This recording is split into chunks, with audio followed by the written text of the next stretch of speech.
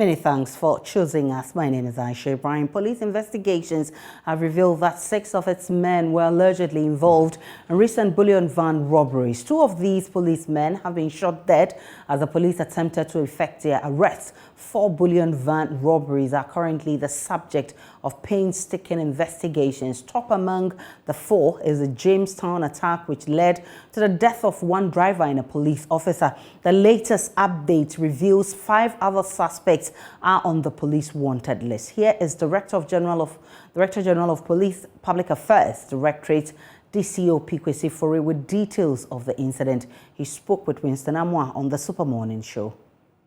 They opened fire on the police, and the police also retaliated, and that is why we said we believe some of them might have sustained injuries and are appealing to medical authorities to provide us with needed information should they come for treatment. Okay. When you say they opened fire on the police, who opened fire on the police? Oh, we are talking about the criminals. We are saying great. So those police criminals cannot open fire on itself. Good. We're saying that there was an intelligence-led operations.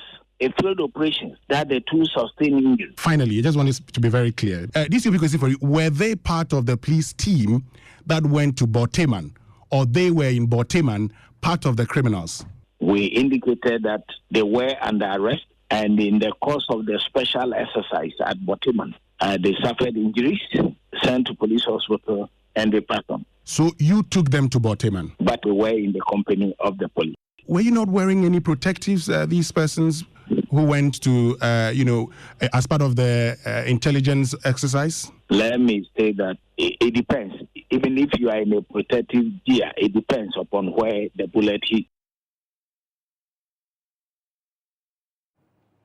The Supreme Court has ruled that a Deputy Speaker of Parliament can be counted during formation of a quorum for parliamentary decision-making as well as participate in voting. The court, presided over by Justice Jones Doche, therefore affirmed the approval of the 2020 budget that took place without the participation of the NDC MPs.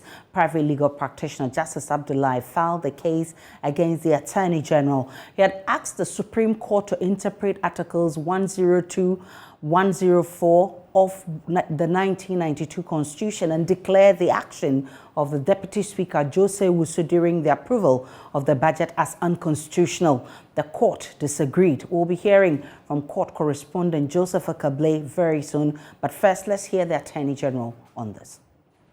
The Supreme Court has basically upheld the argument that you made. Can you just clarify basically what's Well, I think it's quite simple and straightforward. I perceive the issues are very simple and straightforward because nowhere in the Constitution has any statement been made that whenever a Deputy Speaker presides, he loses his right to vote.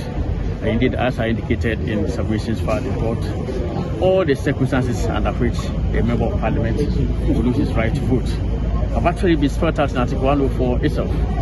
And so it is really devoid of controversy. It's also very important to know that in all jurisdictions around the world, whenever the Speaker of Parliament or a Deputy Speaker of Parliament is a member of Parliament, he always has the right to vote. In England, it's the same. In America, it's the same. In Australia, Canada, everywhere is the same. In Kenya, even in Africa, Kenya, South Africa is also the same. Whenever the Speaker of Parliament or a Deputy Speaker of Parliament is an MP, he never loses the right to vote. The right to vote is actually linked to the right to represent his constituency. Are we saying that on account of the person being a Deputy Speaker, he loses the right to represent his people when a major issue of national importance has arisen? I think the reason by the Supreme Court clearly is sound, is in accord with the practice in other jurisdictions around the world, and also clearly borne out by the letter and spirit of relevant provisions of the Constitution. The lawyer who filed this case, Justice Abdullahi, has been speaking as well. I'm surprised. I'm not surprised because I'm a lawyer. I know that going to court, there are only 2 outcomes. It's not like a football game where there'll be a draw. There will either be a win or a lose.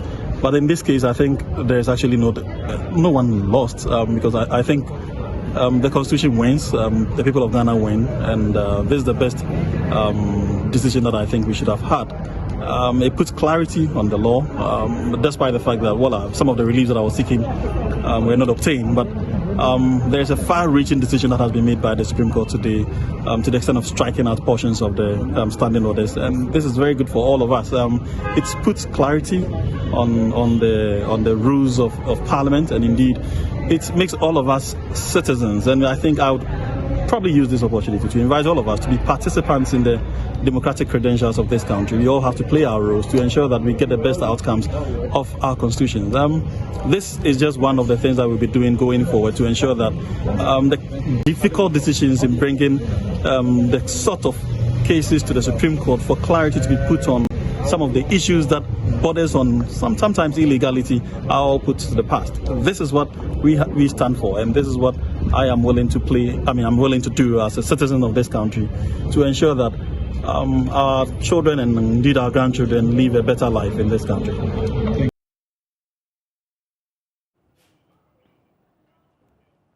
We're going to now speak with court correspondent Joseph Obeng, who's been caught for us. Obeng, we understand that parts of the standing orders of Parliament were struck out. Which parts are those?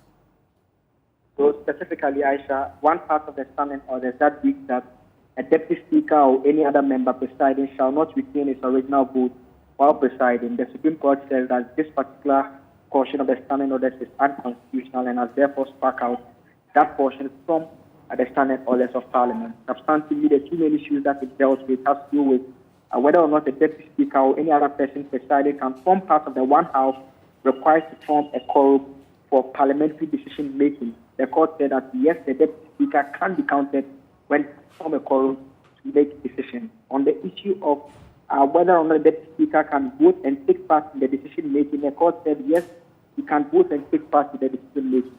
You recall these two issues is what formed the basis of the NDC's claim that Joseph Obeng and the MPP's approval of the budget on November 2021. You recall that parliamentary process, the NDC MPs were not present, so they have made the argument that once Joseph Obeng was presiding, he could not have formed a quorum because half of the MPs were not present, simply because the NDC MPs were not around. But the court has said that he can form part of the council for a quorum for decision making. And so that settles that particular issue, and the court also concluded that the approval of the budget was therefore valid. Now, what has been the reaction to this decision, Joseph? The Attorney General, Godfrey Adame, says he expects the scenes that we saw in Parliament, the chaotic scenes, he doesn't expect it to happen again because there's clarity on the issue that Joseph Obeng can't take part in voting even when he's presiding. I'm grateful for the updates. That's Joseph Obeng. He's our court correspondent, bringing us more on that case involving the Deputy Speaker of Parliament as to whether he can vote during a formation of a quorum. Let's move on to because the Circuit Court there has ordered for the destruction of 648 parcels of leaves suspected to be cannabis. The suspected illegal substance was seized around Hamley in the Lambuzi district. The suspects or owners of the cannabis are at large, but they are believed to have a street value of a little over 600,000 Ghana cedis. Joy News' Rafiq Salam has more from WA. The 648 parcels of suspected cannabis, according to Assistant State Attorney at the Upper West Region's Office of the Attorney General's Department, Miriam Mamako, were seized around Hamley by personnel of the Ghana Police Service. We received information that the police had seized about 648 parcels of cannabis, dried leaves, suspected to be cannabis around Hamley. And the leaves had been sent to Accra for forensic testing, and they were confirmed to be cannabis. And so the court has power under Section 9A of the Criminal and Other Offences Procedure Act to order for the destruction of these leaves. And by reason of the fact that we are close to the border, why it's close to the border, you have these things happening quite frequently. The World Circuit Court, based on the evidence available, gave an order for the destruction and burning of the cannabis. Lawyer Miriam Mamako was full of praise for the Ghana Police Service for upping the ante in the fight against the importation of the illegal substance. And so we would like to commend the police for bringing this to our attention on time so that this procedure can take place. So what's going to happen is that we're going to destroy all 648 parcels of the cannabis so that they don't go back to society. Before the destruction and banning of the cannabis that has a street value of a little over 600,000 Ghana cedis were again tested to be sure that the substance they are about to destroy and ban were cannabis. I came as a witness and to provide security for the destruction of the exhibit and nothing else apart from that. Thank God, experts have tested it here and they said it is proven to be cannabis. And so the police hairs are up so that it do not turn to something else and they say maybe neem tree has turned to Dawa tree. So we have brought it, it's a neem tree and still a neem tree, and we are banning it as such. Though the suspects or the owners for over 600 parcels of the cannabis are at large, APOS will now command. It's a breakthrough because the quantity you see lying here, it's worth millions of Ghana cedis. So it's a breakthrough because once we have done this, they have already broken down because they will not have any means to go and buy such quantity of cannabis again. So we can say so, even though we didn't get them to arrest, but this quantity is not a small quantity. So it's a very big breakthrough that we have done. We want to deal with any other crime relating to this, it should be done somewhere and not the Upper West region. We are not ready and we are not prepared to allow such things to be done, to be taking place in this region. We are ready day and night to make sure we will be on their heels, boot to boot, to make sure that they cannot achieve that illegal trade or that illegal business that they are doing. Reporting for Dwayne News, Rafik Salam. And in Wale, some parents in the Northeast region say they are in constant fear over the safety of their school children following the disappearance of a 5-year-old girl. The parents say the incident is affecting school attendance as the children are now reluctant to go to school. Speaking to Joy News, the residents say they may be compelled to allow the children to stay at home until such a time that authorities could guarantee their security in the municipality. Correspondent Elias Tanko has more. The 5-year-old girl, a Class 1 pupil of Central Baptist Primary School, disappeared while on her way home from school. The school is located at the town center along the Bolga Road, where she was later said to have been seen riding on a bicycle with an unidentified man. A local search party has demanded the intervention of the Inspector General of Police and the National Security Minister to order the municipal police to conduct a review of the CCTV camera installed in the town. The residents believe the security installation can help in the search for the missing girl. The residents have also demanded the IGP dispatch a special operation team to help find the girl. These demands are, however, yet to receive any attention amid inaction by the local authorities. Worried by the development, some parents have revealed their children are refusing to go to school over fears they could be kidnapped. The children are becoming increasingly reluctant to go to school. They are now afraid of going to school, and we are praying to God to help us find our daughter, because this has never happened in Wale here. It has never occurred. We are having sleepless nights, and children are also refusing to go to school. We are appealing, not by our might, for the authority to come to our aid to find the child.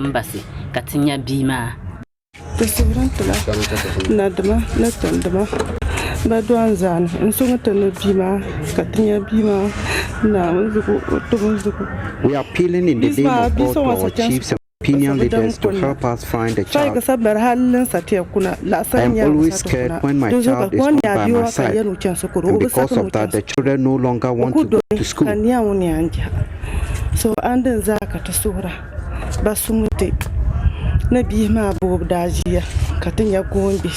The sudden disappearance of the girl has since left the community devastated. For the mother, since her child's whereabouts became a mystery over 2 weeks ago, sorrow appears to have increasingly dominated her heart. Some of the residents also shared their frustrations against the local authorities, warning of a rebellion in the coming days if the child is not found. Minister Boweme Kubeni Katang Maukuza Kambasi Pensa Kabkata The vice president is from this town, but he seems not to care about us. The police are ineffective. The chiefs too are unwilling to speak truth to power. The police are just here in name. They are not doing their work. If are unwilling to take action on the incident, then let no one blame us if we come out to take the law into our hands. We are going to attack and chase out every stranger in Walewale unless the child is found. The police in the municipality is yet to comment on the matter. Reporting for Joy News, Ilyasu Tanko, Walewale. Back here in Accra, Commissioner for Shiraj, Joseph Obeng, has charged lawmakers to fast-track process and the passage of the Affirmative Action Bill, which has been in the works for decades. Passage of the bill, according to the Commissioner, will accelerate efforts by women politicians to get into governmental positions. He said this at a stakeholder conference put together by the Commission to commemorate the International Women's Day under the theme Breaking the Bias, Gender Equality Today for Sustainable Tomorrow. Master Numon's report read to you. In a bid to break the bias with respect to gender inequality in Ghana's political space, Commissioner for the Commission of Human Rights and Administrative Justice, Joseph Obeng, rallied Parliament to pass the Affirmative Action Bill.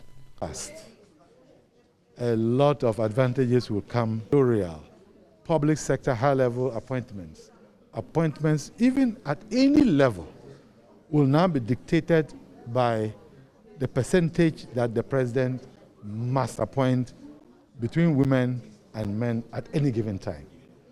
40% is going to be the case. If you look, it's not only 40% in the cabinet or in the ministerial executive. No, it has to be 40% of chief directors, 40% of directors in the public and civil service, 40% in every public service. That is going to lead to systemic change in terms of leadership, and that is positive discrimination. We've been discussing negative discrimination the whole of today. The bill is expected to bring about positive discrimination in favor of women who have suffered historical discrimination. That's the way to go. He also revealed some measures his outfit intends to roll out in the coming days to tackle the worrying issue of witchcraft allegations in the northern part of the country.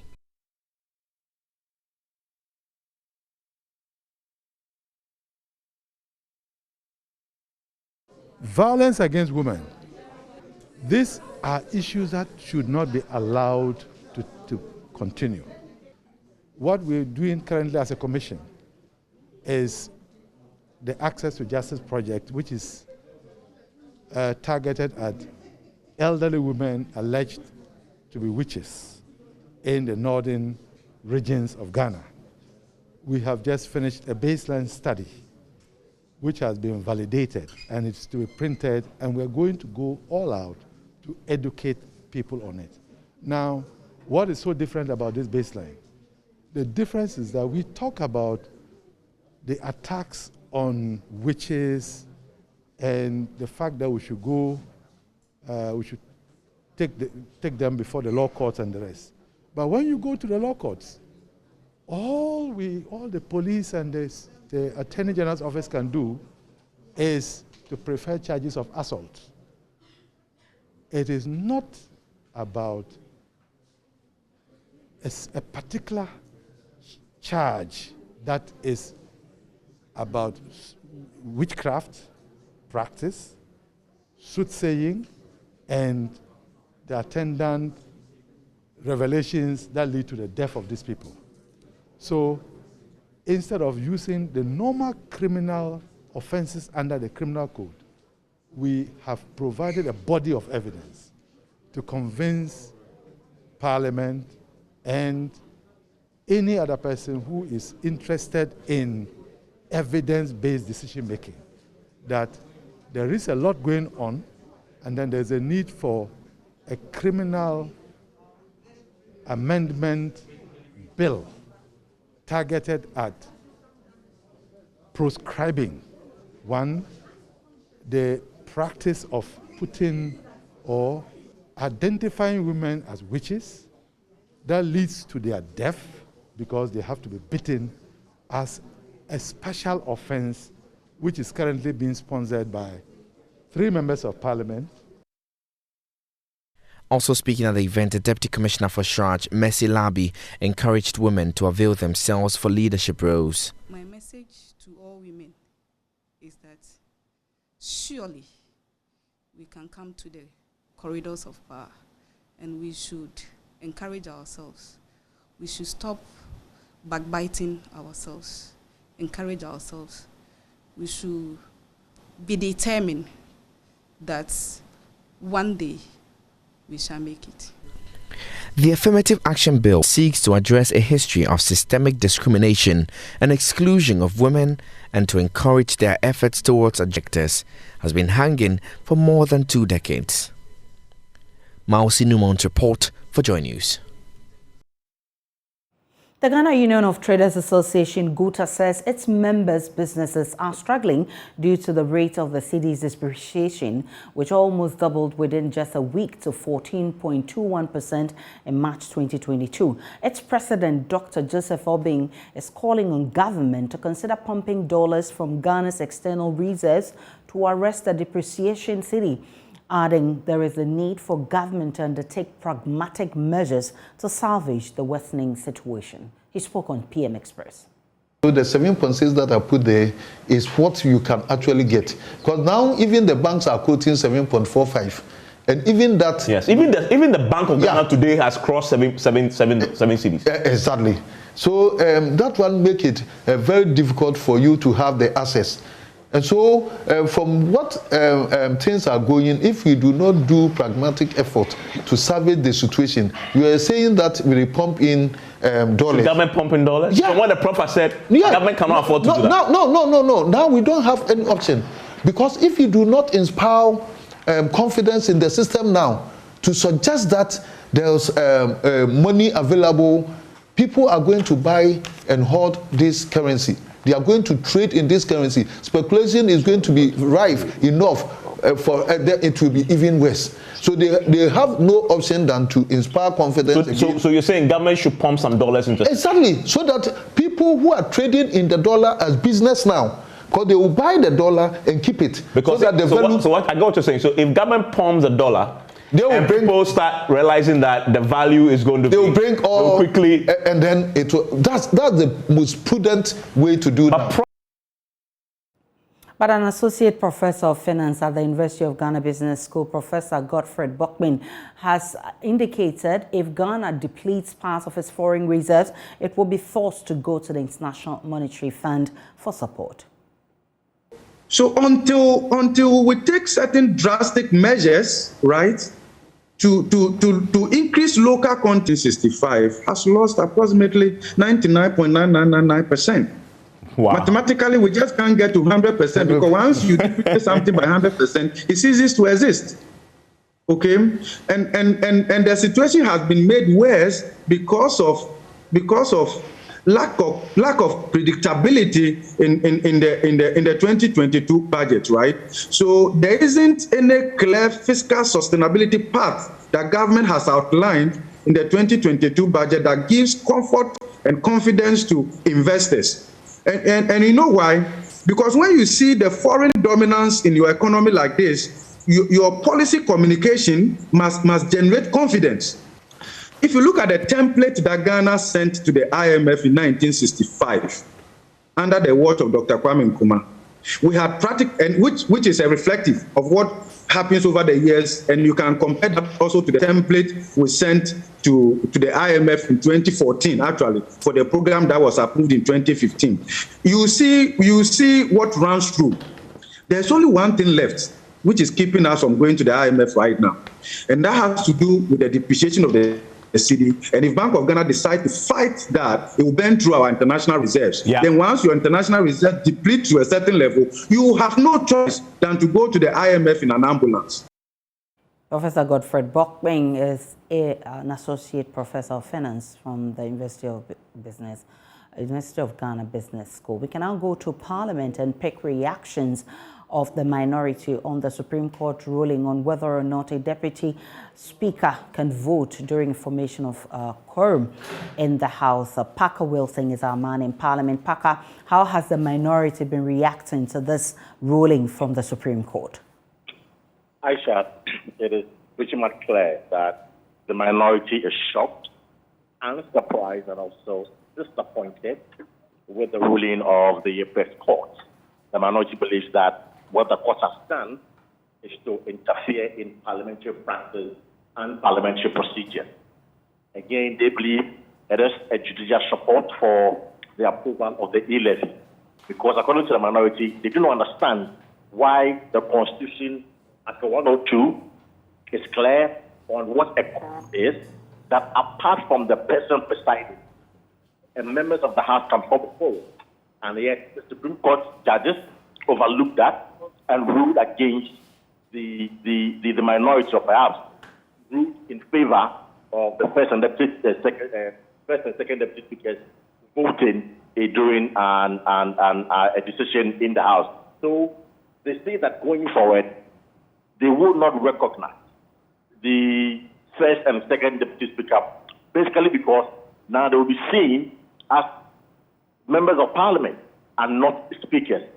So in the coming days, they will address the media and let us know their firm position on this matter. But their preliminary reaction is about disappointment and shock and surprise for this judgment from the Apex Court. And I must say that Haruna Idrisu again reiterated that if the e-levy is brought back to the House, they will oppose it and resist it. They will ensure that all their 137 MPs vote against it. So whether there is a judicial support for the approval of the levy, the minority remain opposed to it. So that has been their initial reaction with regards to the ruling upon the Apex Court. And the majority side, have they also been reacting? We are yet to get a comment from the majority side, and I must say that most of the majority members are not in the chamber now. We are yet to get a quick reaction from them. Just a few of their colleagues are not there. And Aisha, you know, this is a technical matter, and it has to do with a lot of the lawyers. And the lawyers on the side of the NCC are not in the chamber. And so when we get them, we'll get a quick reaction from them on what they make of the Supreme Court's ruling. Parker Wilson is our man in Parliament. We'll definitely bring you updates from Parliament in our subsequent bulletin. And in our Ghana Man series this week, we shine light on indigenous Ghanaian dances. Today, we tell you about the Bobobo dance. It's a recreational dance of the Eves, of the Volta and Oti regions, ignited by the stroke of drums, metals, maracas, and ecstatic singing. My colleague Justice Beidou went to see the Ghana Dance Ensemble perform their dance at the University of Ghana here in Accra.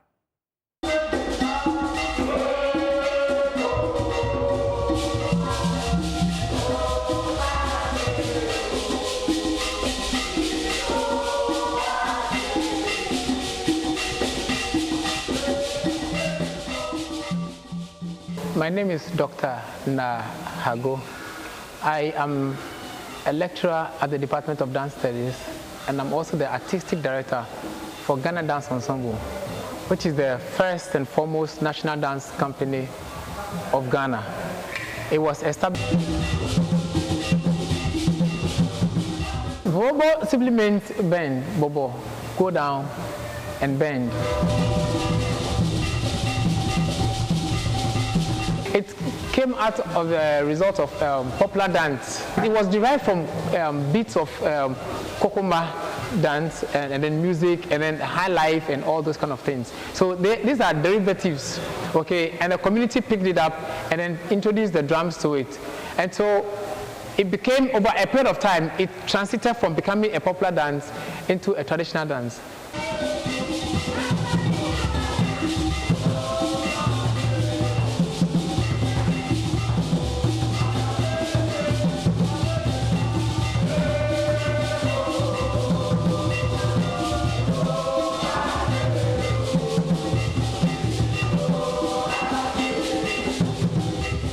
To dance Bobobo, you need handkerchiefs, okay, and the handkerchief become an extension of the hand.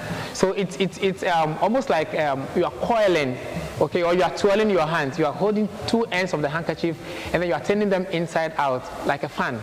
All right. Now that when you perform it this way, then you bend over also, and then you lower your knees, okay, with your torso or your upper body tilting forward. That is where we bobo. That's where you go down and bend, okay, and then you articulate your legs. And when you perform bobo with your two handkerchiefs and you bend over, torso down or your upper body down with your knees bent, and then you articulate your legs, as in you move your legs up and down, then your buttocks, okay, those are on the heavy side, the buttocks shake, all right. Then the men also try their best to also articulate their buttocks, all right. Yes, and it depends on the song that you sing. If you're singing songs in praise of God, where you have to lower yourself, abase yourself before God, before your maker, then you go down, okay. And like David, you express yourself.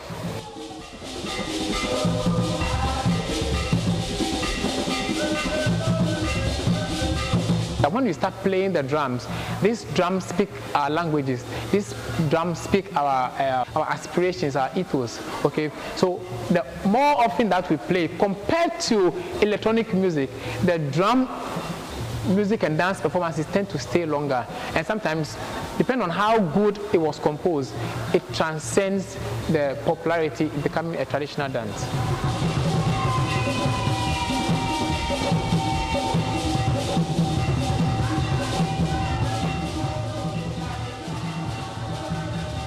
Shortly, Deputy Governor of the Bank of Ghana, Elsie Awaji, encourages women to leverage technology to break the bias. Daryl joins us shortly with more.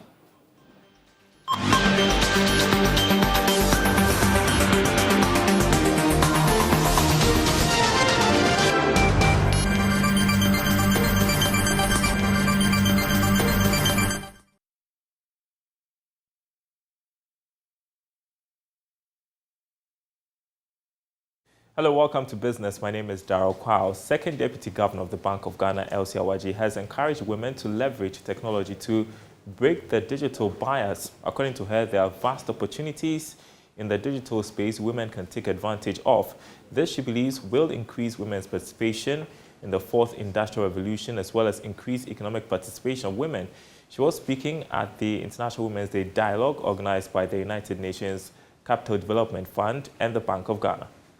The second Deputy Governor of the Bank of Ghana, Elsie Awaji, is calling on women to leverage opportunities that digitization provides.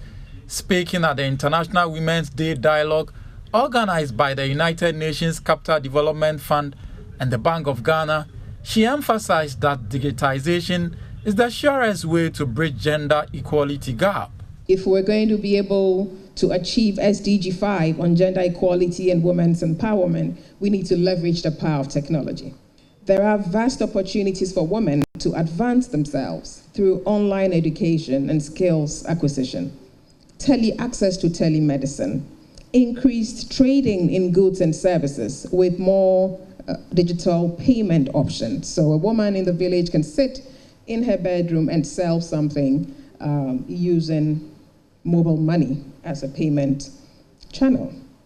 Deputy Minister for Gender, Children and Social Protection, Lariba Abudu, pledged the ministry's commitment to ensure the participation of women in economic development. Digital and data can help accelerate the empowerment of women as builders of digital economies by discussing how to unleash the potential for data and digital solutions to drive decision-making at the benefits of women economic empowerment is a key focus area that Gender Ministry will support.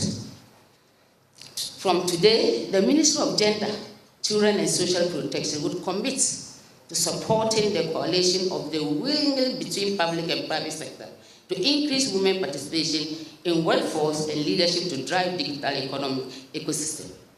Country lead for United Nations Capital Development Fund, Enias Toko, highlighted some feats his outfit has achieved in the hope of breaking the bias for women.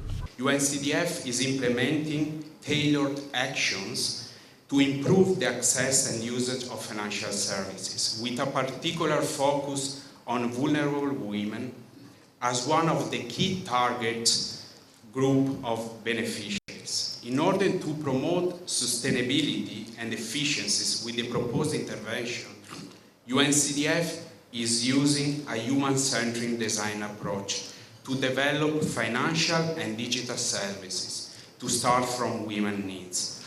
UNCDF is offering a full range of digital financial services, ranging from saving, loans, as well as remittances and financial literacy, finally contributing to bridge the gap. The World Initiative for Soil and Human Health and the Ghana National Egg Campaign Secretariat have launched a new national egg promotion campaign dubbed Extra O. The campaign is aimed at educating the Ghanaian public about the nutritive and functional benefits of eggs for persons of all ages. Here's more. Eggs are a rich source of protein and vitamins. A large egg contains about 6 grams of protein.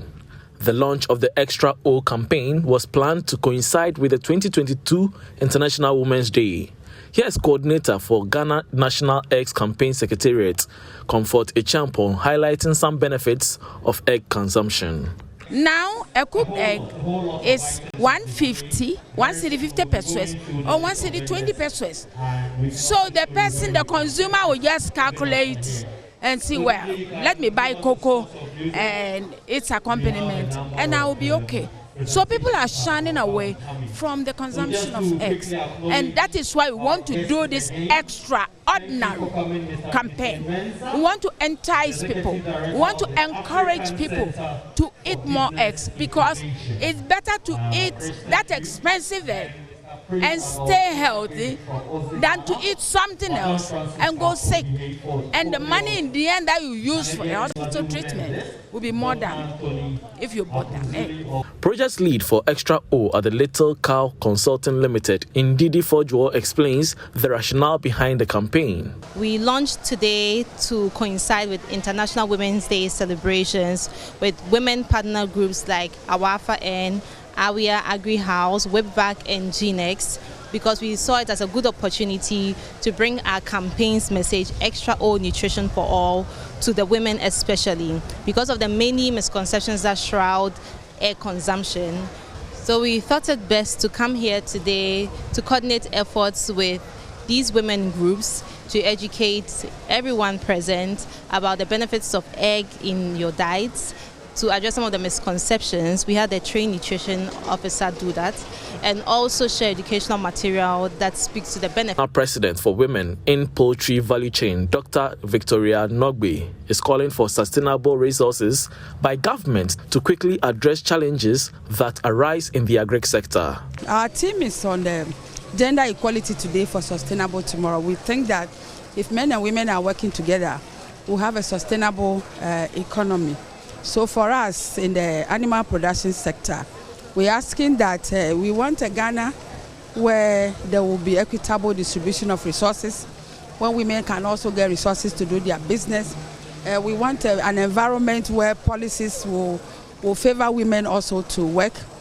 We are thinking of an environment where there's no discrimination. The bird flu has negatively impacted our industry. That is why I even mentioned in my speech that we are looking for a Ghana where there will be sustainable resources, even to pay compensation for farmers who fall prey to such disease outbreak. The Extra O campaign saw leaders and members of the Ghana National Eggs Campaign Secretariat and the Women in Poultry Value Chain, Agri House Foundation, Women in Agriculture and African Women in Animal Resource Farming and Agribusiness Network come together. The campaign will run till the end of December 2022 and will include targeted training for stakeholders in the poultry value chain across the country. We've got the latest inflation numbers. We'll report that at the top of the hour on the marketplace. Up next, sports. Good afternoon. Time now for sports on Joy News today with me, Muftao Nabila Abdullahi. 2 times former bantamweight champion Joseph Obeng has called on boxers to contribute to the development of the sport in the country. According to him, paying a commission to the boxing governing body, which is the Ghana Boxing Authority, is a good cause, but they must be transparent with the management of the fans.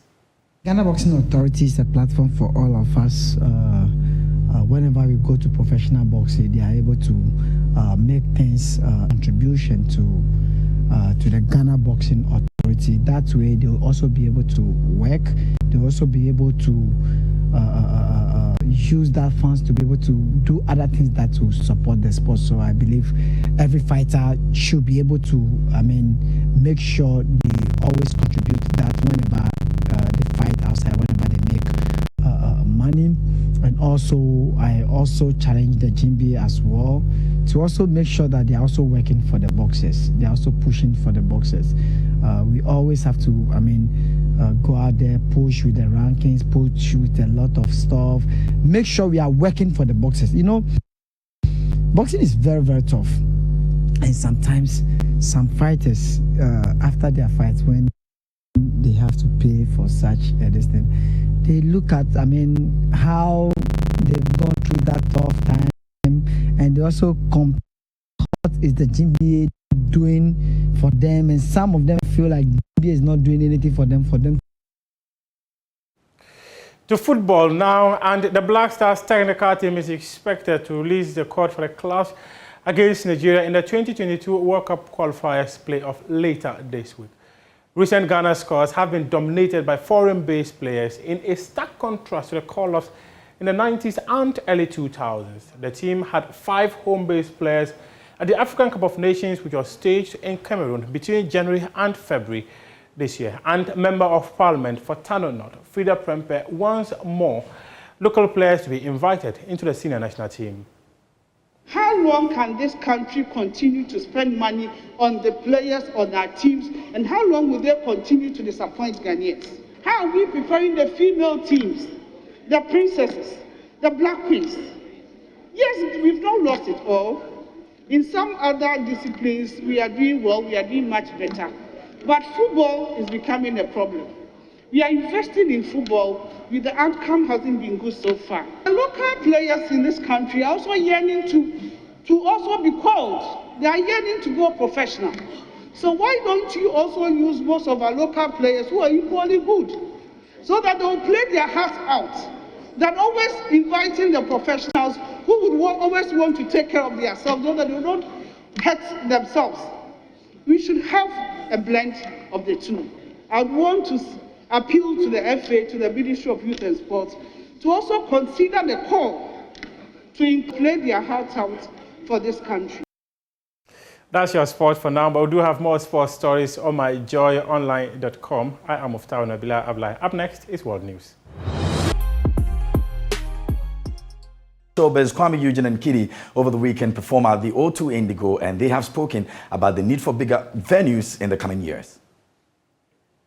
Don't you guys think that we need a bigger venue next year? And they were like, yes, because even though the place was packed fully packed with people, there's still people out there who didn't get tickets to come to the show. There's still people who are texting, oh, Charlie, I'm watching the show on the Snapchat and I'm in a bigger auditorium. These same people that came, they want to come and experience this again. They will come. Now they will bring their family, their friends. So 1,000 capacity, 1 to 2,000, 1 to 5. You see, so we want to grow. So obviously, we know that to grow, we have to also come back and do the hard work. We need to work extra hard to grow, because to sell out auditoriums abroad, you need international hits. You don't just need your hits that are in your home country, get me? So we know that we are also ready to put in the work and grow, so that next time we come, we go to twice the capacity, you get me? So I said this earlier on that with what's happening. Congratulations to Kwame Eugene and Kitty streaming services. Bill Asamoah, actor, has spoken about the need for government to support them in bringing out streaming services that are made for Ghanaians. One of the challenges that we are having now is how to get a final product to the consumer, which is by way of getting a particular streaming network. We can't look at Netflix alone. We cannot look at YouTube, and then we cannot look at some of the other networks that are well established. The reason is that it's outside. It's being controlled by somebody who you don't even have access to. You sit here and they go like, oh, go on YouTube, upload your movies and all that. Whatever that YouTube generates for you, whether you like it or not, you take it. But if we should have GTA coming to support us, in collaboration with the government, and they get us one particular network that we can wholly own as Ghanaian, that we have access to. The head office is here in Ghana. You go there, whatever you need, you talk to them. I think that is where we should be by now. And that's Ghanaian actor Bill Asamoah speaking about Ghana's president's support, as government support for the...